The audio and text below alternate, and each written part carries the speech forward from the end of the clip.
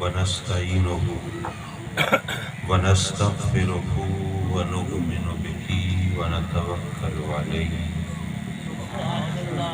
ونعوذ بالله من شرور أنفسنا ومن سيئات أعمالنا من يهده الله فلا مضل له ومن يضلله فلا هادي له ونشهد أن لا إله إلا الله وحده لا شريك له ونشهد أن سيدنا وسندنا ونبينا وحبيبنا وكريمنا ورؤوفنا ورحيمنا ومولانا وملجانا وماوانا محمدا عبده ورسوله أما بعد فأعوذ بالله من الشيطان الرجيم بسم الله الرحمن الرحيم كل نفس ذائقة الموت صدق الله مولانا العلي العظيم وصدق رسوله النبي الأمين ونحن على ذلك لمن الشاهدين والشاكرين والحمد لله رب العالمين. واجب التعظیم علماء کرام، عمائدین قوم، مہمانان گرامی اور مکرم و معزز حاضرین محفل، آپ جانتے ہیں کہ اس وقت ہم محترم مٹھو خان صاحب کے عزیزم ریاض خان دشتی صاحب کے والد مکرم و محترم جناب سردار کرم حسین خان دشتی مرحوم کے ایصال ثواب اور فاتحہ قلخانی کی محفل میں حاضر ہیں. اور ہم سب جانتے ہیں کہ جو بھی اس دنیا میں آیا ہے اسے دنیا سے رخصت تو ہونا ہے. جو روئے زمین پر آیا ہے اسے زیر زمین تو جانا ہے. اور جس نے بھی ماں کی گود دیکھی ہے اسے قبر کا منہ تو دیکھنا ہے. اور یہ کس کو خبر کس کا وقت کب آ جائے. ممکن ہے کہ جس کپڑے کو ہمارا کفن بننا ہے وہ بن کر تیار ہو کر بازار میں آ چکا ہو، اور ممکن ہے کہ جس پانی سے ہمیں غسل دیا جانا ہے وہ زمین کے نیچے سے نکالا جا چکا ہو. حضرات مکرم، موت تو آنی ہے، اس سے فرار تو کسی کو نہیں ہے، اور اس کا انکار بھی کسی کے لیے ممکن نہیں. یہ تو ممکن ہے کہ کوئی اللہ رسول کے منکر ہو، بہت سے لوگ ہیں نہیں مانتے. دین اور مذہب سے بیگانے ہوں، کتنے لوگ ہیں نہیں مانتے. لیکن موت ایسی حقیقت ہے جو اپنے آپ کو ہر ایک سے منوا لیتی ہے. فرق ہے تو صرف موت کے تصور کا ہے. جو اللہ رسول کے منکر ہیں ان کے لیے موت ختم ہو جانے کا نام ہے، فنا ہو جانے کا نام، معدوم ہو جانے کا نام، ناپید ہو جانے کا نام. اور جو اللہ رسول کے ماننے والے ہیں ان کے لیے موت ایک عالم سے دوسرے عالم میں جانے کا نام ہے. ہم مسلمان ہیں، کلمہ گو ہیں، اور ہمیں پتہ ہے کہ اس دنیا کے بعد ایک اور دنیا ہے. موت صرف انتقال کا نام ہے، یہاں سے ہم منتقل ہوتے ہیں دوسری دنیا میں. اور ہمیں یہ بھی پتہ ہے کہ جب تک ہم اس دوسری دنیا کو نہیں مانیں گے، جنت کو، دوزخ کو، سزا کو، جزا کو، حشر کو، نشر کو، قیامت کو، جب تک ان تمام چیزوں کو نہیں مانیں گے ہم مسلمان نہیں ہو سکتے. اچھا، ہم تو مسلمان ہیں، ہمارے لیے تو اس دنیا پر ایمان ضروری ہے، لیکن شاید یہ بات آپ کے لیے کچھ عجیب ہو کہ دنیا کے ہر قابل ذکر مذہب میں آخرت کا تصور موجود ہے. ہر قابل ذکر مذہب میں اگر یہودیت اور نصرانیت میں آخرت کا تصور ہے، یہ بات تو سمجھ میں آتی ہے، سیدنا موسیٰ علیہ السلام، سیدنا عیسیٰ علیہ السلام وہ اللہ کے نبی ہیں، انہوں نے آ کر جو تعلیمات عطا فرمائیں اور جو پیغام ہمیں دیا اور جو دین کا مذہب کا نقشہ ہمارے سامنے رکھا، اس میں آخرت کا تصور یقیناً ہوگا۔ اس لیے یہودیت اور نصرانیت میں اگر آخرت کا تصور ہے تو یہ تو حیرت کی بات نہیں، یہ تو قابل یقین بات ہے۔ لیکن ہندو مت جس میں 3.5 ملین یعنی 35 لاکھ دیوی دیوتاؤں کی پوجا کا تصور ہے، وہ الہامی مذہب تو نہیں ہو سکتا، لیکن اس میں بھی سورگ، نرک، جنت اور دوزخ کا تصور وہاں بھی موجود ہے۔ اب قدرتی طور پر یہ سوال پیدا ہوتا ہے کہ آخر یہ آخرت کا تصور ہر قابل ذکر مذہب کا لازمی حصہ کیوں ہے؟ اس کو ذرا سمجھنے کی ضرورت ہے۔ دیکھیے بات یہ ہے کہ کہتے ہیں کہ انسان ایک معاشرتی جانور ہے، مین از اے سوشل اینیمل۔ یہ معاشرتی جانور ہے، کیا مطلب؟ مطلب یہ کہ انسان ہے جو بستیاں بسا کے رہتا ہے، معاشرے کی تشکیل کرتا ہے۔ اکیلا دکیلا رہنا اس کے لیے مشکل ہے، اس کی ضرورت ہے کہ دائرے پھیلے ہوئے ہیں۔ باقی جانور ہیں وہ جنگلوں میں، اپنے بلوں میں، اپنی کچھار میں، اپنے بھٹ میں، اپنے ٹھکانے پر وہ زندگی گزار لیتے ہیں۔ ان کی اولاد ہوتی ہے، بچے ہوتے ہیں، وہ بھی بڑے ہوتے ہیں، وہ بھی اپنا راستہ علیحدہ پکڑتے ہیں۔ وہ شہر نہیں بساتے، وہ بستیاں آباد نہیں کرتے۔ یہ انسان ہے جو بستیاں بساتا ہے، وہ اس لیے کہ اس کی ضرورتیں پھیلی ہوئی ہیں۔ کوئی ہے جو خوراک اگائے گا، کوئی ہے جو کپڑا بنے گا، کوئی ہے جو کپڑے کو لباس کی شکل دے گا، کوئی ہے جو علاج معالجے کی سہولت فراہم کرے گا، کوئی ہے جو جوتا تیار کرے گا، کوئی ہے جو برتن بنائے گا۔ اس طرح ہم تقسیم کار کریں گے، اپنے اپنے حصے میں کام بانٹیں گے، تبھی مل جل کے رہنا آسانی سے ممکن ہوگا۔ آپ سوچیے آپ کے علاقے میں، ضلع مظفر گڑھ میں اگر صرف ایک نائی نہ ہو تو ہم کسی کو شکل دکھانے کے نہ رہیں، تو ہم اپنا آپس میں کام تقسیم کرتے ہیں، مل جل کر رہتے ہیں۔ یہ ہماری معاشرتی زندگی ہے، انسان کی مجبوری ہے مل جل کر رہنا۔ جب مل جل کر رہیں گے تو کہیں جھگڑا بھی ہوگا، فساد بھی ہوگا، مفادات کا ٹکراؤ بھی ہوگا، ایک دوسرے سے اختلاف بھی ہوگا۔ جب جھگڑا فساد ہوگا تو اس کو طے کرنے کے لیے کوئی قاعدہ بھی چاہیے، قانون بھی چاہیے، ضابطہ بھی چاہیے۔ جب قانون اور ضابطہ بنایا جائے گا تو اس کے مطابق فیصلے کرنے کے لیے عدالت بھی چاہیے۔ عدالت تشکیل دی جائے گی تو اس کے فیصلوں کو مؤثر بنانے کے لیے، نافذ العمل بنانے کے لیے، منوانے کے لیے کوئی حکومت بھی چاہیے، اقتدار بھی چاہیے، اوپر کوئی طاقت بھی چاہیے۔ حضرات مکرم کہتے ہیں کہ سب سے بہتر معاشرہ وہ ہوتا ہے جہاں پر حق و انصاف کا بول بالا ہوتا ہے، جہاں قاعدے قانون کے مطابق فیصلے ہوتے ہیں، کسی کے ساتھ ظلم نہ ہو، زیادتی نہ ہو، وہ سب سے اچھا معاشرہ ہوتا ہے۔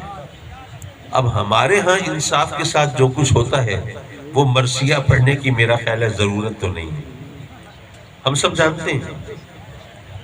دیکھیے جو چیز سب جانتے ہو اس کے لیے دلیل دینے کی حاجت نہیں ہوتی۔ اگر کوئی شخص مجھ سے کہے کہ آپ ثابت کریں، دلیل دیں کہ یہ دن کا وقت ہے، تو میں کہوں گا بھائی اگر آپ کی آنکھیں ہیں تو مجھے دلیل دینے کی ضرورت نہیں، اور اگر آپ کی آنکھیں نہیں ہیں تو میں کسی دلیل سے آپ سے منوا نہیں سکتا۔ جو چیز اس طرح واضح اور روشن ہو اس کے لیے دلیل کی حاجت نہیں ہوتی۔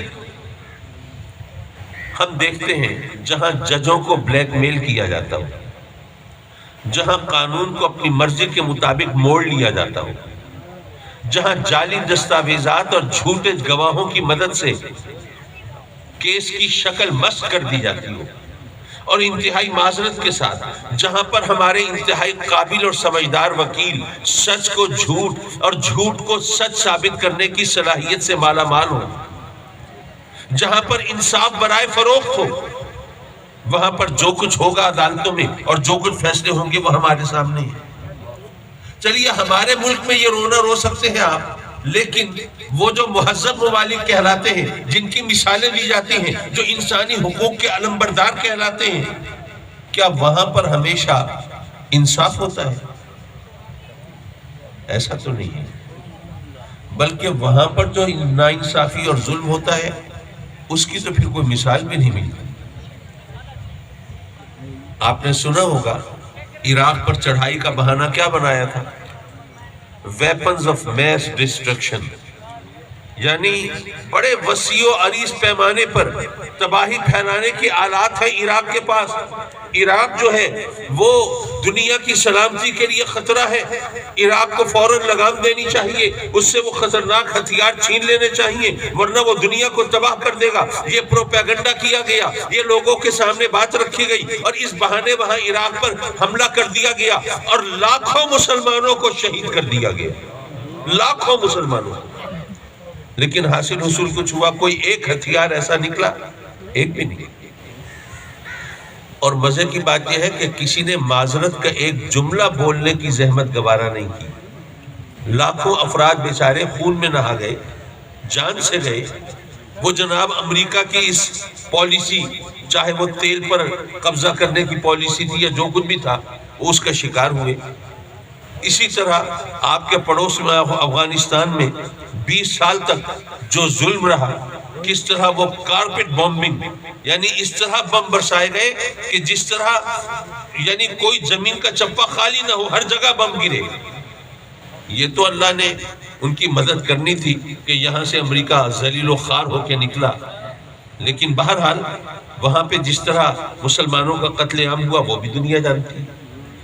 پھر اسی طرح لیبیا میں، اسی طرح شام میں، دیگر ممالک میں جو کچھ ہو رہا ہے، کوسوو اور چیچنیا میں جو کچھ ہوا وہ بھی آپ نے سنا ہوگا۔ معاف کیجئے، میں ایک ٹھیٹھ دیہاتی ماحول میں وہ عالمی سیاست پر بات کرنے لگا، اس کے لیے معذرت۔ میں صرف یہ عرض کر رہا تھا کہ انصاف تو کہیں بھی نہیں ملتا، لیکن بہرحال اب انسانی ماحول کرے تو کیا کرے۔ اب آپ نے یہاں سنا ہوگا کہ جو ڈاکو ہیں وہ اس طرح اس لیے بنتے ہیں کہ ان کو انصاف نہیں ملا، وڈیروں کے ظلم کی وجہ سے، جاگیرداروں کی سختی کی وجہ سے، اور پھر عدالت کی ناانصافی کی وجہ سے۔ جب ان کو عدالت سے بھی حق نہیں ملا، انصاف کے مطابق فیصلہ نہیں ہوا، تو ان کے اندر ایک ری ایکشن ہوا، رد عمل ہوا، بغاوت پیدا ہوئی کہ پھر قانون ہم اپنے ہاتھ میں لیتے ہیں، اپنی مرضی کے فیصلے کریں گے، ہم خود انصاف کریں گے۔ تو پھر وہ جو باغی ہوتے ہیں وہ ڈاکو بن جاتے ہیں، وہ ظالم بن جاتے ہیں، وہ معاشرے کے لیے تباہی کا سبب بن جاتے ہیں۔ ایسا ہوتا ہے کہ نہیں ہوتا؟ یہاں پر مذہب کا کردار شروع ہوتا ہے۔ مذہب بتاتا ہے کہ اگر یہاں عدالت سے تمہیں حق نہیں ملا، انصاف نہیں ملا، تو تم مظلوم ہو، تمہارے ساتھ ظلم ہوا ہے نا، تم مظلوم ہو۔ تم مظلوم ہو تو خود ظالم مت بنو، تم مظلوم ہو تو تم ظالم مت بنو۔ یاد رکھو ایک عدالت اور بھی ہے، وہاں دودھ کا دودھ، پانی کا پانی ہو کر رہے گا، وہاں کسی ظالم کو کوئی چھوٹ نہیں ملے گی، وہاں مظلوم کے گلے میں پھندا فٹ نہیں ہوگا۔ اگر تمہیں اس عدالت پر یقین ہو کہ جہاں پر جھوٹے گواہوں کی نہیں سنی جائے گی، جعلی دستاویزات سے کچھ ثابت نہیں ہوگا، وہاں یقینی طور پر انصاف کا بول بالا ہوگا، کسی ظالم کو رعایت نہیں ملے گی اور کسی مظلوم کے ساتھ زیادتی نہیں ہوگی۔ اگر تمہیں اس عدالت پر یقین ہوگا تو پھر یہ دنیا رہنے کی جگہ ہوگی، پھر تم خود ظالم نہیں بنو گے نا۔ دنیا کی عدالتوں کی ناانصافی کی وجہ سے تم یہاں پر ظلم کا پرچم نہیں اٹھاؤ گے، تم کسی کے ساتھ زیادتی نہیں کرو گے، تم خون نہیں بہاؤ گے، پھر یہ دنیا رہنے کی جگہ ہوگی۔ حضرات محترم، یہ بات سمجھ میں آتی ہے، لیکن یہاں پہ ایک سوال ایسا پیدا ہوتا ہے کہ جب تک اس کا جواب نہ ملے ایک مسلمان کی تسلی نہیں ہوتی۔ سوال یہ پیدا ہوتا ہے کہ جب اس عدالت میں ظالم کو سزا مل کے رہے گی اور مظلوم کے ساتھ کوئی زیادتی نہیں ہوگی، تو ہمیں مولوی کیا پٹی پڑھاتے رہتے ہیں کہ جی اللہ سے استغفار کرو، توبہ کرو، معافی مانگو۔ کہ ہم استغفار کریں نہ کریں، جو مجرم ہے اسے سزا تو ملنی ہے، توبہ کریں نہ کریں، معافی مانگے نہ مانگے، اس سے کیا فرق پڑتا ہے؟ تو یہ کیا مولویوں نے کھانے پینے کے بہانے بنائے ہوئے؟ تو یہ چکر ہے کیا؟ وہاں اس عدالت سے جب یقیناً ظالم کو سزا مل کے رہے گی تو بات تو ختم ہو گئی۔ میں عرض کروں گا دراصل یہ بات سمجھنے کی ہے۔ دیکھیے میں آپ کی خدمت میں حاضر ہوا، اگر خدا نہ خواستہ معاذ اللہ میں نے آپ میں سے کسی کے ساتھ ظلم کیا ہو، کسی کا حق کھایا ہو، تو مجھے سزا ملنی چاہیے۔ لیکن کیا خیال ہے آپ کی رائے کیا ہے؟ جس شخص کے ساتھ میں نے ظلم کیا ہے، آپ اس شخص کو یہ حق دینے کے لیے تیار ہیں یا نہیں ہیں کہ اگر وہ چاہے تو مجھے معاف کرے، چاہے تو نہ کرے؟ جس شخص کے ساتھ ظلم ہو اس کو یہ حق اگر دے دیا جائے تو کیا یہ ناانصافی ہے؟ نہیں۔ دیکھیے اگر نہیں دیا جائے گا نا تو پیچیدگیاں پیدا ہوں گی۔ مثلا اولاد نے والدین کا حق کھا لیا، اب اگر والدین کو حق نہیں ہے معاف کرنے کا تو والدین کو تو دوہرا صدمہ، ایک تو ان کی اپنی اولاد نے ان کا حق کھا لیا، اب ان کی وجہ سے ان کی اولاد کو سزا مل رہی ہے، وہ معافی نہیں کر سکتے۔ تو اس لیے جس کا حق مارا گیا ہو اس کو اگر یہ حق دے دیا جائے کہ چاہے تو معاف کرے، چاہے تو نہ کرے، تو یہ رحم ہے، اور رحم عدل کے خلاف نہیں، عدل کے خلاف ظلم ہے، رحم نہیں ہے۔ اچھا یہ بھی بتا دوں کہ میں جس حق کی بات کر رہا ہوں کہ حق دے دیا جائے، چاہے تو معاف کرے چاہے تو نہ کرے، آج کل بھی لوگوں کو حق دے دیتے ہیں، چاہو تو معاف کرو، ادھر حق دے دیتے ہیں، ادھر ڈنڈا لے کے کھڑے ہوتے ہیں، کر معاف۔ میں اس زور زبردستی کی بات نہیں کر رہا، اس کو مکمل حق ہو، پورا اختیار ہو، جو چاہے کرے، اس سے کوئی پوچھنے والا نہ ہو، بھئی اس کا حق مارا گیا ہے نا، چاہے تو معاف کرے چاہے تو نہ کرے، اس کی مرضی ہے۔ تو یہاں پر بتایا گیا کہ یاد رکھیے حقوق دو قسم کے ہیں، ایک حقوق اللہ ہے، ایک حقوق العباد ہے۔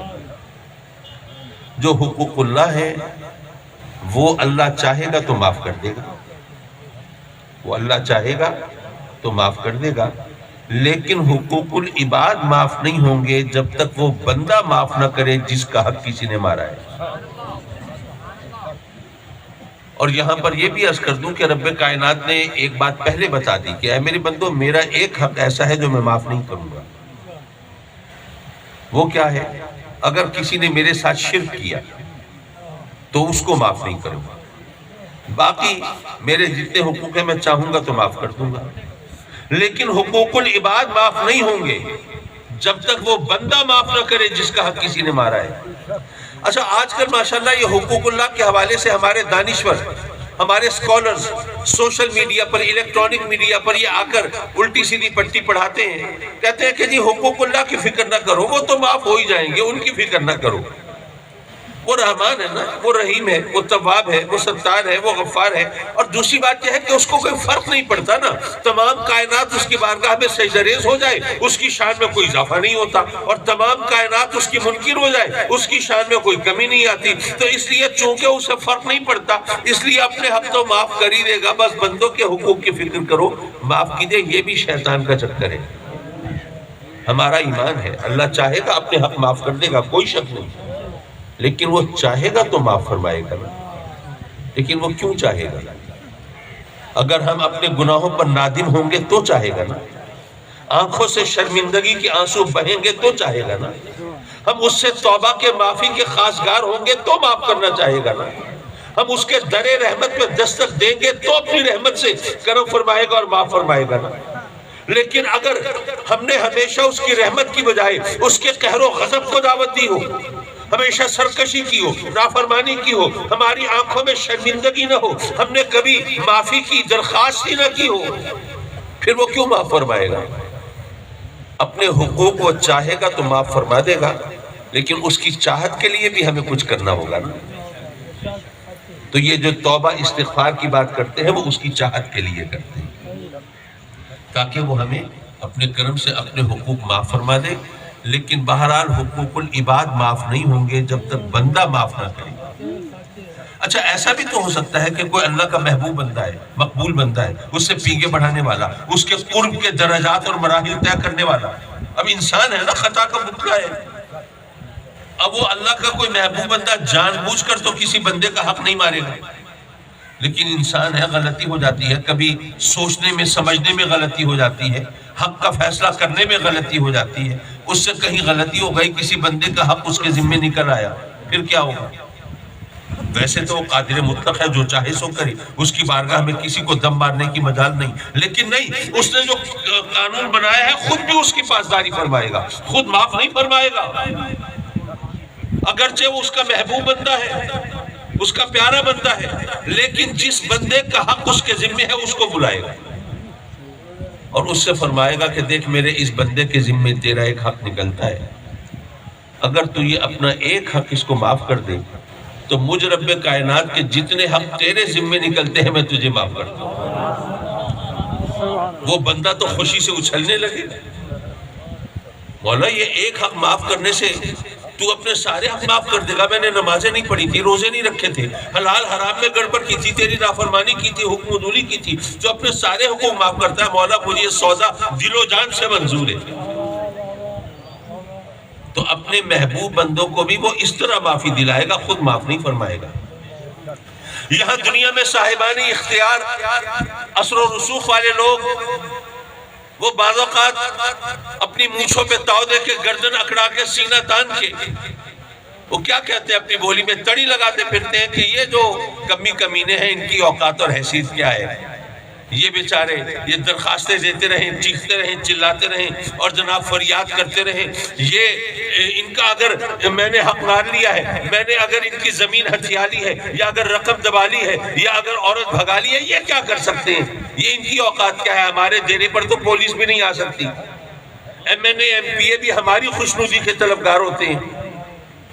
یہاں پر اس طرح خوش فہمی کا شکار رہیں، لیکن اسی عدالت میں پتہ چلے گا ان لوگوں کی حیثیت کا جن کو یہاں کمی کمینے کہہ کے ان کی اوقات کو خاطر میں نہیں لاتے، وہاں پتہ چلے گا ان کی حیثیت کیا ہے، کہ جب تک یہ معاف نہیں کریں گے معافی نہیں ملے گی، اور یہ معاف کیوں کریں گے؟ ان کے ساتھ کوئی حسن سلوک کیا ہوگا تو معاف کریں گے نا، کوئی مہربانی کی ہوگی، کوئی پینگے بڑھائی ہوں گی، کوئی رابطہ رکھا ہوگا تو معاف کریں گے، ورنہ کیوں کریں گے؟ حضرات مکرم، اس مقام پر ایک حدیث مبارکہ میں آپ کی خدمت میں پیش کروں، ایک آدھ نصیحت کروں اور پھر آپ سے اجازت چاہوں گا۔ میرے آقا کریم حضور علیہ السلام نے فرمایا، اپنے صحابہ کرام سے پوچھا، تمہیں پتہ ہے مفلس کسے کہتے ہیں؟ اچھا یہ ذرا خیال رہے کہ آقا کریم کے جو صحابی ہیں وہ more than 99% وہ سب عرب لوگ ہیں، اور عرب لوگ وہ ہیں جن کو اپنی زبان دانی پہ ناز ہے، کلام و بیان پر، اپنے عبور پر انہیں فخر ہے۔ ان سے میرے آقا کریم پوچھ رہے ہیں کہ ہاں بھائی تمہیں پتہ ہے مفلس کسے کہتے ہیں؟ اب وہ صحابی بھی سمجھ جاتے ہیں کہ ایک لفظ کا مطلب بتانا مقصود نہیں، کوئی سبق دینا مقصود ہے۔ عرض کرتے ہیں آقا فرمائیے، آپ بتائیے۔ سرکار نے فرمایا جب قیامت کا دن ہوگا، محشر برپا ہوگا، اور ہر ایک کے ہاتھ میں ہمیں قبروں سے نکالا جائے گا، اور قبروں سے نکال کے ہر ایک کے ہاتھ میں نامہ اعمال تھمایا جائے گا۔ آپ کو پتہ ہے نا کہ قیامت کے دن ہم سب قبروں سے اٹھائے جائیں گے، پھر نامہ اعمال دیا جائے گا، کسی کے سیدھے ہاتھ میں، کسی کے الٹے ہاتھ میں۔ اور یہ بھی آپ جانتے ہوں گے جس کے سیدھے ہاتھ میں نامہ اعمال دیا جائے گا، یہ اس کے لیے خوشخبری ہوگی، نوید ہوگی، اللہ کی رحمت کی، بخشش کی، جنت کی۔ اور جس کے الٹے ہاتھ میں دیا جائے گا، یہ اس کے لیے وعید ہوگی، بدخبری ہوگی، اللہ کے قہر کی، غضب کی، عذاب کی، جہنم کی۔ یہ خوف کا مقام ہے۔ اچھا یہاں ایک بات میں عام طور پر دوستوں کو نصیحت کے طور پہ کہتا ہوں، وہ بھی کہتا چلوں، آپ کو پتہ ہے نا کہ کوئی چیز لینی ہو یا دینی ہو، اس کے لیے سیدھا ہاتھ استعمال کرنا سنت طریقہ ہے، آپ کو معلوم ہے کہ نہیں ہے؟ اچھا اگر ہماری عادت ہو آقا کریم صلی اللہ علیہ وسلم کی سنتوں پر عمل کرنے کی، تو کیا خبر ممکن ہے ایسا ہو جائے، میں فتویٰ نہیں دے رہا، میں ایک امکانی بات کر رہا ہوں. ممکن ہے ایسا ہو جب قیامت کے دن فرشتے آئیں ہمیں نامہ اعمال دینے، ہماری عادت ہو ہم عادتاً سیدھا ہاتھ بڑھا دیں اور فرشتے سیدھے ہی ہاتھ میں نامہ اعمال پکڑا دیں، اور آقا کریم صلی اللہ علیہ وسلم کی ایک سنت پر عمل کے صدقے میں قیامت کے دن کوئی بخشش کی صورت بن جائے. کیا پتہ ایسا ہو جائے. حضرات مکرم، نامہ اعمال تھمایا جائے گا، پھر جواب طلبی ہوگی. پوچھا جائے گا ہاں بھئی بتا تو نے گناہ کیوں کیا، نافرمانی کیوں کی، حکم دولی کیوں کی، رب کے احکام سے انحراف کیوں کیا. اچھا ذرا غور کیجئے، ہم میں سے کچھ لوگ ایسے ہوں گے جو قیامت کے دن محشر میں وہاں پر بھی داؤ لگانے کی کوشش کریں گے، مکر جائیں گے، مولا میں نے یہ کام کیا ہی نہیں کیا. یہ نامہ اعمال موجود ہے، سارا ریکارڈ موجود ہے، تو کہتا ہے میں نے نہیں کیا. تو جیسے وہ مرزا اسد اللہ خان غالب کا مشہور شعر ہے کہ پکڑے جاتے ہیں فرشتوں کے لکھے پر ناحق، پکڑے جاتے ہیں فرشتوں کے لکھے پر ناحق، آدمی اپنا کوئی تعدم تحریر بھی تھا. مولا یہ نامہ اعمال تو فرشتوں نے کمپائل کیا ہے نا. جب یہ ہمارے اعمال درج کر رہے تھے تو کیا ہمارا کوئی بندہ تھا چیک کرنے کے لیے؟ کوئی ڈنڈی تو نہیں مار رہے، کوئی گڑبڑ تو نہیں کر رہے. مولا یہ فرشتوں نے ہمارے ساتھ کوئی ہاتھ کر دیا، ہم نے نہیں کیا یہ کام. پھر کیا ہوگا؟ جنہوں نے سورہ یاسین ترجمے کے ساتھ پڑھی ہے وہ جانتے ہیں الیوم نختم علی افواہہم. وہ دن وہ ہوگا جب ہمارے منہوں پر مہریں لگا دی جائیں اور ہمارے جسم کے اعضاء کو زبان ملے گی، ہاتھ گواہی دیں گے مولا نامہ اعمال میں سچ لکھا ہے، یہ ظلم، یہ جرم، یہ گناہ اس نے ہمارے ذریعے سے کیا تھا. ٹانگیں گواہی دیں گی مولا ہمارے ساتھ تو یہ گناہ کرنے چل کے گیا تھا. آنکھیں گواہی دیں گی مولا ہم سے بھی مدد لی تھی گناہ کے ارتکاب میں، اور عریانی فحاشی بے حیائی کے مناظر تو دیکھا ہی ہمارے ذریعے سے کرتا تھا. یارو سوچو کیسا کڑا وقت ہوگا، کیسی سخت آزمائش ہوگی. اپنے ہاتھ پاؤں اپنے خلاف گواہی دے رہے ہوں گے. یہاں دنیا میں صاحبان اقتدار کے خلاف پہلے تو کوئی گواہی دینے کے لیے تیار ہوتا نہیں، اور اگر کوئی ہو جائے اتفاق سے تو اس کو کبھی خوف سے کبھی لالچ سے چپ کرایا جاتا ہے، اور اگر کوئی اور راہ نہ بنے تو ہمیشہ کے لیے زبان بندی کے احکام صادر ہو جاتے ہیں. ہوتا ہے شب و روز تماشا میرے آگے. لیکن کبھی موقع ملے تو بتانا کہ یہاں تو یہ ہتھ کنڈے استعمال کر لیتے ہو، گواہوں کو چپ کرا دیتے ہو، وہاں کیا کرو گے جہاں اپنے ہاتھ پاؤں اپنے خلاف گواہی دے رہے ہیں. معاف کیجئے بات دور نکل گئی، لیکن یہاں پہ ایک ذرا بات اور بھی کہتا چلوں، عقیدے کی بات ہے وہ بھی کہتا چلوں. دیکھیے جب یہ ہاتھ تھوڑی دیر کے لیے مفتیوں سے معذرت کر لیجئے اور اپنے دل کو مفتی بنا لیجئے. اپنے دل کے مفتی سے یہ پوچھئے کہ قیامت کے دن جب ہاتھ پاؤں ہمارے خلاف گواہی دے رہے ہوں گے، اگر اس وقت ہمارے ان انگوٹھوں نے یہ گواہی دی کہ مولا جب تیرے محبوب کا نام آتا تھا تو یہ چوم کے ہمیں آنکھوں سے لگا لیتا تھا، تو یارو دل کے مفتی سے پوچھو اس گواہی کا تمہیں فائدہ ہوگا یا نقصان ہوگا؟ سبحان اللہ، سبحان اللہ.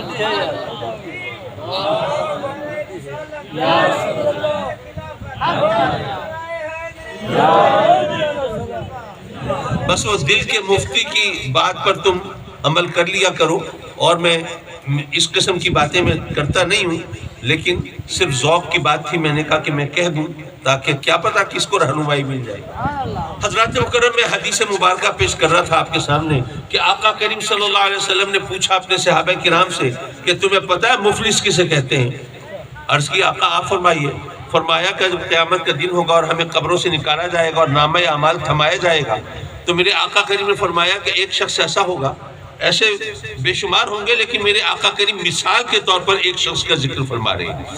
فرما رہے ایک شخص ایسا ہوگا جس کے نامہ اعمال میں بڑی نیکیاں ہوں گی، عبادت و ریاضت ہوگی، صدقہ و خیرات ہوں گے، حج عمرے ہوں گے، نوافل صدقات، فرائض واجبات، نہ جانے کیا کچھ ہوگا، لیکن اس نے بہت سے لوگوں کے حق بھی مارے ہوں گے، اور جن لوگوں کے حق اس نے مارے ہوں گے وہ بھی تو وہی میدان محشر میں دامن گیر ہوں گے. اب وہ حق معاف کرانے کے چکر میں ہوگا تو مثلاً پہلے شخص سے کہے گا کہ دیکھ میں مانتا ہوں مجھ سے بڑی غلطی ہوئی، دنیا میں میں نے تیرا حق مارا تھا، مجھ سے بڑی خطا ہوئی، بڑی لغزش ہوئی، میں دیکھ ہاتھ جوڑتا ہوں، پاؤں پکڑتا ہوں، اللہ نام پہ مجھے معاف کر دے، مہربانی کر میرے ساتھ۔ وہ بندہ کہے گا میاں یہ قیامت کا دن ہے، میدان محشر ہے، یہاں پہ اللہ نام پہ معافی نہیں ملتی، یہاں میزان لگا ہے، یہاں اعمال تولے جا رہے ہیں، یہاں حساب کتاب ہو رہا ہے، آ گیا ہے اللہ نام پہ معافی مانگنے والا، جا اپنا راستہ پکڑ۔ جب وہ دیکھے گا کہ اس طرح تو معافی نہیں ملتی، اب کیا کروں گا؟ پھر کوئی ترکیب سوچے گا، سوچ کے پھر مثلاً اس شخص سے کہے گا کہ دیکھ ایسا کر، اگر تو اپنا یہ حق مجھے معاف کر دے تو مثلاً میں یہ اپنے تہجد کے جو ثواب ہے یہ میں تجھے دیتا ہوں۔ وہ بندہ اگر یہ سوچے گا کہ میں تو تہجد کے لیے اٹھا نہیں، میں نے تو تہجد پڑھے نہیں، میں تو اس طرح رب کی بارگاہ میں سجدہ ریز ہوا نہیں، اب یہاں میدان محشر میں بیٹھے بٹھائے اگر مجھے تہجد کا ثواب ملتا ہے تو مجھے اس سے موقع سے فائدہ اٹھانا چاہیے۔ اگر وہ اس پر رضامندی کا اظہار کرے گا تو ادھر سے اس کا حق ڈیلیٹ ہو جائے گا، ادھر سے اس کا ثواب تہجد کا ادھر شفٹ ہو جائے گا۔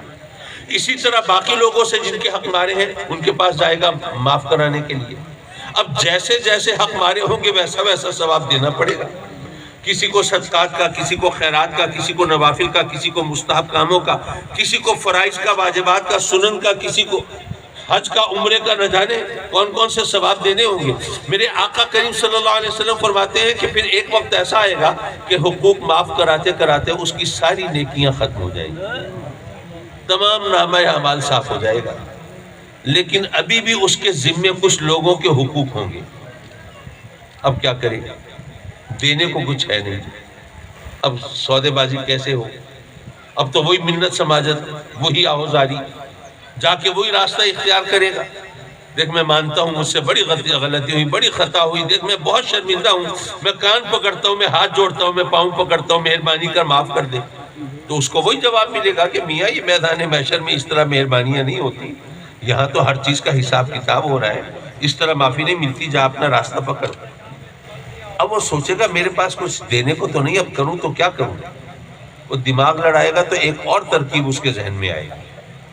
مثلاً وہ اس سے کہے گا کہ اچھا دیکھ اگر تو یہ اپنا ایک حق مجھے معاف کر دے تو تیرے نامہ اعمال میں یہ جو گناہ ہے یہ میں اپنے ذمے لے لیتا ہوں۔ وہ بندہ سوچے گا کہ اگر نامہ اعمال میرا ہلکا ہو رہا ہے، ذرا ایک گناہ سے جان چھوٹ رہی ہے تو مجھے تو موقع کا فائدہ اٹھانا چاہیے، تو اگر وہ اس پہ راضی ہوگا تو وہ اس کا ادھر حق ڈیلیٹ ہو جائے گا اور ادھر سے اس کا گناہ ادھر شفٹ ہو جائے گا۔ میرے آقا کریم صلی اللہ علیہ وسلم فرماتے ہیں کہ جب وہ تمام گناہ معاف کرا کے فارغ ہوگا تو وہ جو نیکیاں جو اس کی تھیں وہ تو پہلے ہی صاف ہو چکی، الٹا اس کے نامہ اعمال میں گناہوں کا انبار لگا ہوگا۔ میرے آقا کریم نے فرمایا کہ وہ شخص ہوگا مفلس، وہ ہوگا غریب و نادار، وہ ہوگا لاچار۔ حدیث تو آپ نے سن لی اور پہلے بھی سنی ہوگی، اور ظاہر ہے کہ میں نئی حدیثیں اور نیا قرآن تو نہیں سنا سکتا، حدیث بھی وہی، قرآن بھی وہی، صرف سننا سنانے کا انداز اور اس سے سبق کیا اخذ کیا جاتا ہے وہ بدل جاتا ہے۔ اس حدیث سے سبق کیا ملا؟ سبق یہ ملا کہ ہم سمجھتے ہیں کہ ہم نے مال، دولت، پیسہ، زمین، جائیداد، بینک بیلنس، یہ چیزیں بنائی ہیں، یہ ہماری کمائی ہے، لیکن اس حدیث سے پتہ چلا کہ نہیں، اصل کمائی تو نیکی ہے، اصل کمائی نیکی ہے۔ جب نیکی سے محروم ہوگا تو مفلس ہو جائے گا، جب تک نیکیاں اس کے دامن میں تھیں، نامہ اعمال میں تھیں، وہ دولت مند تھا، وہ تونگر تھا، وہ غنی تھا، لیکن اب جب نیکیاں اس کے نامہ اعمال سے ڈیلیٹ ہو گئیں، ختم ہو گئیں، اب وہ مفلس ہو گیا، غریب ہو گیا۔ تو اصل کمائی نیکی ہے۔ یہاں دنیا میں اگر ہم اس بات کو سمجھ لیں تو بہت سے سوالات سے جان چھوٹ جائے۔ آپ دیکھیے ہم دنیا میں تو سمجھتے ہی نہیں نا، 2 پیسے کمانے کا موقع مل جائے تو بڑے خوش ہوتے ہیں کہ 2 پیسے زیادہ کمانے کا موقع مل گیا، لیکن بعض اوقات شکایت کر رہے ہوتے ہیں لوگوں کے کہ یار وہ فلاں بندے نے بلایا تھا نا، میں چلا تو گیا لیکن وہاں جا کے پھنس گیا، نماز پڑھنی پڑ گئی تھی۔ اس طرح کی باتیں بعض اوقات لوگ کر رہے ہوتے ہیں، وہ اس لیے کہ وہ نیکی کی حقیقت نہیں سمجھ رہے ہوتے کہ اصل کمائی تو یہی نیکی ہے۔ تو 2 پیسے کمانے کا موقع ملے تو وہ اتنے خوش نہ ہوں جتنا نیکی کمانے کا موقع ملے تو اس پہ خوش ہوں۔ 2 پیسے کما کر خوش نہ ہوں، نیکی کی راہ پہ 2 پیسے خرچ کر کے زیادہ خوش ہوں، کیونکہ اصل کمائی تو یہ ہے۔ حضرات محترم، یہاں پر ایک اور مسئلہ بھی آسانی سے حل ہوا اگر آپ نے غور کیا ہو۔ دیکھیے فرض کیجئے کوئی بندہ دبئی گیا ہے روزی کمانے کے لیے، آج کل جو حالات ہیں وہ تو خیر دبئی اور سعودیہ میں بھی زیادہ اچھے حالات نہیں ہیں، کوئی میری بات سن کے وہاں جانے کی فکر نہ کرے، میں پہلے بتا دوں، اللہ تعالیٰ رحم کرے، وہ امریکہ کی فوجوں کو پالنے کے چکر میں وہاں پر بھی بے روزگاری اور غربت ہو گئی ہے، اللہ تعالیٰ رحم کرے۔ خیر میں ایک مثال دے رہا ہوں، بات سمجھا رہا ہوں۔ یہاں سے آپ گئے جناب وہاں پہ کسی فرم میں آپ کو جاب مل گئی، نوکری مل گئی، آپ نے وہاں جا کے محنت کی، مہینے کے بعد آپ کو تنخواہ ملی، تو آپ نے کیشیئر سے کہا کہ بھائی میرا تو یہاں پہ کوئی خرچہ ہے نہیں، دوستوں کے ساتھ رہتا ہوں، کھانا پینا بھی ان کے ساتھ ہو جاتا ہے، کوئی خرچہ نہیں ہے، میں گھر سے آیا تھا تو کرایہ بھی قرض اٹھا کے لیا تھا، تو گھر والے بہت پریشان ہیں، تو ایسا کرو یہ میرے والد کا نام ہے، ذرا اس نام پہ ڈرافٹ بنا دو میری تنخواہ، میں ان کو بھیجنا چاہتا ہوں۔ اگر وہ فرم کا اس کمپنی کا کیشیئر کہے کہ نہیں جناب یہ تو نہیں ہو سکتا، آپ کہیں کیوں نہیں ہو سکتا؟ وہ کہے کہ جی ملازمت آپ کرتے ہیں، محنت آپ کرتے ہیں، خون پسینہ آپ جلاتے ہیں، دن رات آپ ایک کرتے ہیں، تو یہ پیسے آپ کے ہیں، تنخواہ آپ کو مل سکتی ہے، آپ کسی کو دے نہیں سکتے، تو کیا آپ اس کی بات سن کے مان جائیں گے کہ ہاں بات تو ٹھیک ہے، میری تنخواہ مجھے مل سکتی ہے، کسی اور کو میں نہیں دے سکتا؟ آپ تو اس کے گلے پڑ جائیں گے، آپ کہیں گے تو عجیب آدمی ہے، بھئی میری تنخواہ ہے نا، میری کمائی ہے، میں جس کو چاہوں دوں، تجھے کیا تکلیف ہے؟ آج کل جو منی لانڈرنگ کے قانون بنے میں ان کی طرف نہیں جا رہا، میں ایک سیدھی سادھی مثال دے رہا ہوں۔ تو حضرات مکرم کہنے کا مطلب یہ کہ اگر ہماری تنخواہ ہو، اب ہم اپنی بیوی کو بھیجنا چاہیں، بھائی کو بھیجنا چاہیں، اپنے والد کو بھیجنا چاہیں، اپنے عزیزوں کو بھیجنا چاہیں، اور کوئی اعتراض کرے تو ہم اس کا اعتراض نہیں سنتے، بھئی میری کمائی ہے جس کو بھیجوں، تمہیں کیا تکلیف؟ لیکن بعض اوقات مسئلہ پوچھنے آ جاتے ہیں کہ یہ نیکی کی کمائی جو ہے یہ ہم بھیج سکتے ہیں یا نہیں بھیج سکتے، ایصال ثواب ہو سکتا ہے یا نہیں ہو سکتا؟ اگر آپ نے نیکی کو کمائی سمجھا ہوتا تو پھر یہ سوال کرنے کی ضرورت ہی نہیں۔ اگر روپے پیسے کی کمائی بھیج سکتے ہیں تو نیکی کی کمائی کیوں نہیں بھیج سکتے؟ بس صرف اتنا خیال رکھنا پڑے گا کہ یہ کمائی نیکی کی یہ اللہ رسول کے دشمنوں کو نہیں بھیجی جا سکتی۔ اگر دشمنوں کو بھیجنے کی کوشش کی تو نیکی برباد، گناہ لازم۔ حضرات مکرم وقت ہو چکا، اب میں صرف ایک نصیحت کر رہا ہوں، اتنی دیر میں ختم شریف کا سامان منگوا لیجئے آپ۔ دیکھیے آپ نے سنا ہوگا کہ جب اچھا ویسے آج کل حالات یہ ہیں، ہم کسی کو نصیحت کریں نا، نصیحتیں لوگوں کو سننا اچھا نہیں لگتا۔ کسی کو کہے بھائی خدا کا خوف کرو، نیکی کا راستہ اختیار کرو، برائی سے بچو، لوگ کہتے ہیں کہ آپ کمال کرتے ہیں، ہر طرف تو برائی ہے، ہم اگر نیکی کر بھی لیں تو کیا برائی ختم ہو جائے گی؟ کیا نیکی کا بول بالا ہو جائے گا؟ کیا حالات بدل جائیں گے؟ کیا معاشرہ تبدیل ہو جائے گا؟ ہمارے پیچھے پڑے میں ہر ایک برائی کر رہا ہے، اگر ہم نے کر لی تو کیا فرق پڑتا ہے؟ اب نصیحت کرنے والا بھی بیچارہ اپنا سا منہ لے کے رہ جاتا ہے۔ حضرات محترم آپ نے سنا ہوگا کہ سیدنا ابراہیم علیہ السلام کو معاذ اللہ نظر آتش کرنے کے لیے نمرود نے الاؤ دہکایا، آگ جلائی۔ کتنی بڑی آگ تھی وہ؟ آگ کی کیفیت یہ تھی، آگ کی کیفیت یہ تھی کہ شعلوں کی بلندی کا عالم یہ تھا کہ پرندے اس کے اوپر سے پرواز نہیں کر سکتے تھے، یہ عالم تھا، اتنی بڑی آگ۔ تو ایک حکایت ہے، اب ضروری نہیں کہ آپ یہ کہیں کہ جی حکایت جو ہے یہ کوئی سچی ہے، کیا قرآن حدیث سے ثابت ہے؟ گلستان بوستان آپ نے سنا ہوگا، حضرت شیخ سعدی کی کتابیں، وہ سب حکایتوں اور کہانیوں پر مشتمل ہیں، لیکن چونکہ ان سے نصیحت ملتی ہے، سبق ملتا ہے، رہنمائی ملتی ہے، اس لیے ہمارے مدارس میں پڑھائی جاتی ہے۔ تو یہاں بھی ایک حکایت ہے کہ ایک بلبل چونچ میں پانی لے کے چل پڑی، کسی نے پوچھا ہاں بھائی کہاں جا رہی ہو؟ اس نے کہا میں وہ آگ بجھانے جا رہی ہوں۔ اب دنیا ہنسی، مذاق اڑایا، یہ بالکل ہی پاگل ہے نا، عقل سے پیدل ہے۔ جہاں پر حوض پلٹ دیے جائیں پانی کے اور ان کا پتہ نہ چلے، یہ چونچ میں پانی لے کے جا رہی ہے، یہ چند بوندیں کہ جی میں آگ بجھانے جا رہی ہوں، یہ تو بالکل ہی بے وقوف ہے۔ جب لوگوں نے بہت زیادہ باتیں بنائی اور آوازیں کسے تو اس نے جو جواب دیا وہ ہم سب کے لیے مشعل راہ ہے۔ اس نے کہا کہ میں بے وقوف اور پاگل نہیں ہوں، مجھے پتہ ہے کہ یہ چند قطرے اس آگ کا کچھ بگاڑ نہیں سکتے، یہ تو وہاں پہنچ بھی نہیں سکیں گے، پہلے ہی بھاپ بن کے اڑ جائیں گے۔ مجھے خبر ہے یہ پانی کے چند قطروں سے میں آگ نہیں بجھا سکتی، لیکن بات یہ ہے کہ بعد میں فہرست بنے گی وہ کون تھے جو آگ لگانے والے تھے اور وہ کون تھے جو آگ بجھانے والے تھے۔ سبحان اللہ۔ یہ پانی کے چند قطرے وہ آگ تو نہیں بجھا سکتے، لیکن مجھے اس فہرست میں جگہ تو دلا سکتے ہیں نا جو آگ بجھانے والوں کی۔ سبحان اللہ۔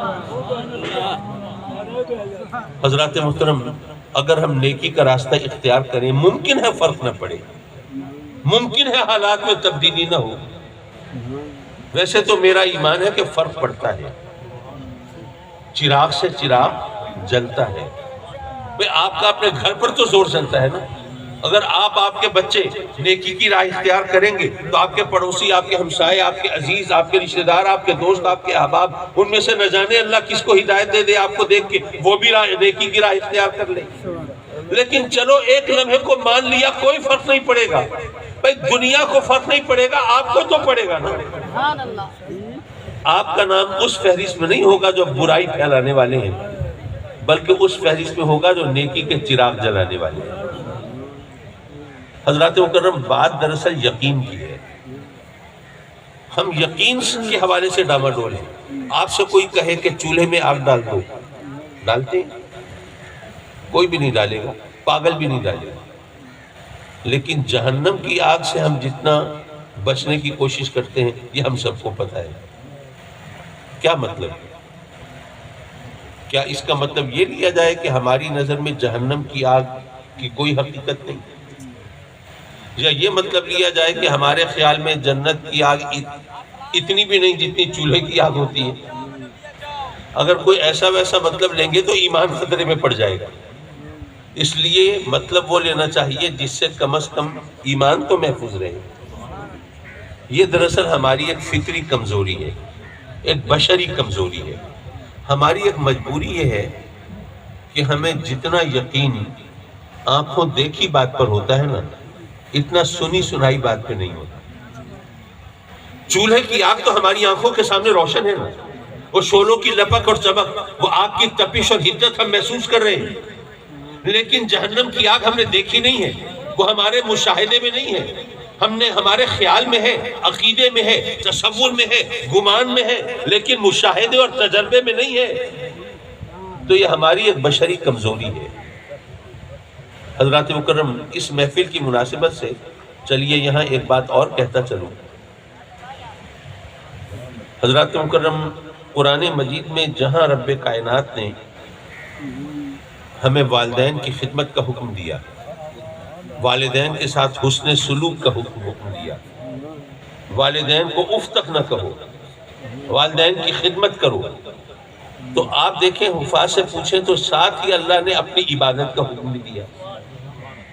والدین کی خدمت کرو، اللہ کی عبادت کرو، والدین کے ساتھ حسن سلوک کرو، اللہ کی عبادت کرو، والدین کو اف تک نہ کرو اور اللہ کے ساتھ کسی کو شریک نہ ٹھہراؤ، اللہ کی عبادت کرو۔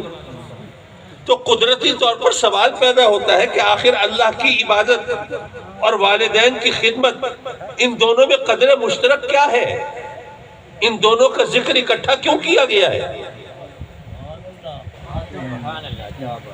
یہ بات سمجھ لیجئے اور پھر اجازت دیجئے۔ بات دراصل یہ ہے، رب کائنات نے گویا یہ فرمایا کہ اے میرے بندو، تمہارا خالق میں ہوں، پیدا کرنے والا میں ہوں، لیکن یہ تم نے سنا ہے کہ میں تمہارا خالق ہوں، لیکن تمہارا تجربہ اور مشاہدہ یہ بتاتا ہے کہ بچے کی تخلیق والدین کے ذریعے عمل میں آتی ہے۔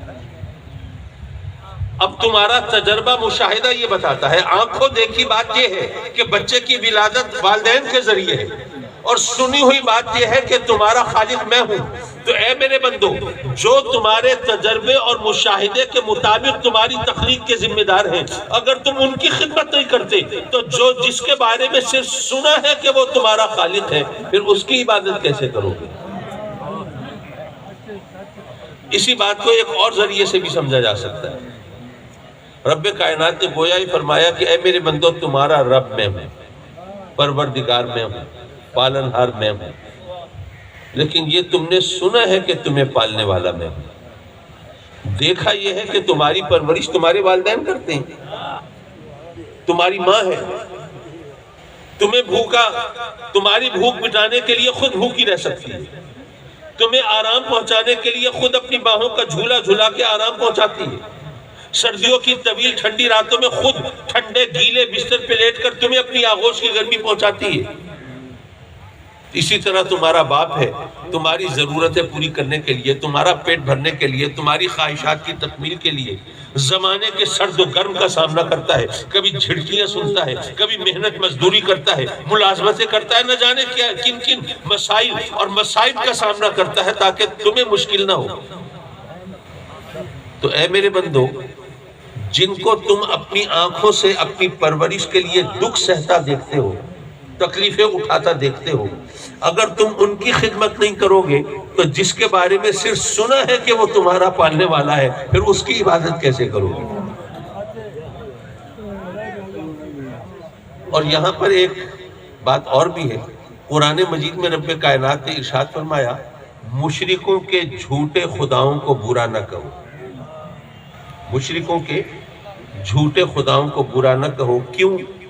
اگر تم ان کے جھوٹے خداؤں کو برا کہو گے تو وہ ری ایکشنری ہو کر بدلے میں تمہارے سچے خدا کو برا کہیں گے، تو تم وہ ماحول کیوں پیدا کرو کہ کوئی تمہارے سچے خدا کو برا کہے؟ اس لیے تم مشرکوں کے جھوٹے خداؤں کو برا نہ کہو۔ یہ قرآن کا انداز استدلال ہے۔ اب حدیث کی طرف آ جائیے۔ میرے آقا کریم صلی اللہ علیہ وسلم نے صحابہ کرام سے فرمایا، اپنے والدین کو گالی مت دو۔ صحابہ کرام حیران، آقا اپنے والدین کو کوئی گالی کیسے دے سکتا ہے؟ فرمایا، اگر تم دوسروں کے والدین کو گالی دو گے تو وہ جواباً تمہارے والدین کو گالی دیں گے، تو تم دوسروں کے والدین کو گالی مت دو۔ اب ذرا دیکھیے، جو انداز استدلال قرآن میں رب کائنات کے بارے میں ہے، وہی حدیث میں والدین کے بارے میں ہے۔ پتہ چلتا ہے کہ ہمارے دین، ہمارے مذہب نے والدین کو کیا مقام عطا فرمایا۔ تو اللہ تبارک و تعالیٰ جن کے والدین سلامت ہیں ان کی عمروں میں برکت عطا فرمائے، اور جن کے پردہ کر گئے ان کو جوار رحمت میں جگہ عطا فرمائے، اور محترم جناب سردار کرم حسین خان دشتی مرحوم کو بھی مولا اپنے کرم سے اپنی نعمتوں اور رحمتوں سے سرفراز فرمائے، اور اپنی پکڑ اور قہر و غضب سے بچائے۔ وآخر دعوانا ان الحمدللہ رب العالمین۔